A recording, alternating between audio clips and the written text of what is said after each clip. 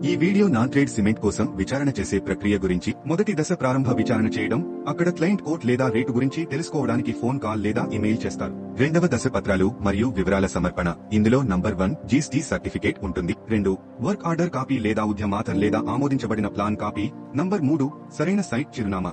4 మొత్తం పరిమాణం మరియు నెలవారీ పరిమాణం అవసరం. వ్యాపార సంస్థను ధృవీకరించడానికి మరియు ఏదైనా కోడ్ క్లయింట్ కు చెందినదా అని ధృవీకరించడానికి జీఎస్టీ సర్టిఫికేట్. ప్రాజెక్ట్ యొక్క పరిధిని అర్థం చేసుకోవడానికి మరియు సిమెంట్ చట్టబద్ధమైన నిర్మాణ ప్రయోజనం కోసం ఉపయోగించబడుతుందని నిర్ధారించుకోవడానికి ఆమోదించబడిన ప్లాన్ కాపీ.